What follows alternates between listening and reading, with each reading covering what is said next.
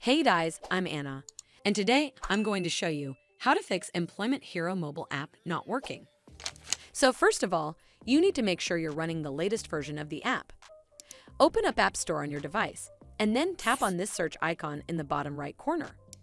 Then search for the Employment Hero app, and if you see this update button right next to the app name, simply tap on it to make sure you're running the latest version of the app. But if you still encounter this issue, then you need to clear App Cache. Go to your device settings and then scroll all the way down to General and tap on it. Then tap on iPhone Storage. From here, search for the Employment Hero app and then tap on it. Once you're on this screen, you need to tap on Offload App. Tap again to confirm. It'll take a bit for processing, and then a Reinstall button will show up. Simply tap on it to reinstall the app.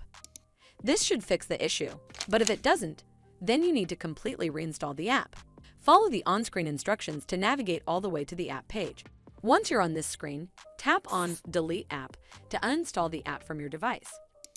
Once uninstalled, you need to open up App Store and then search for the Employment Hero app right over here in the search bar, and then click on this Get button to install it back on your device.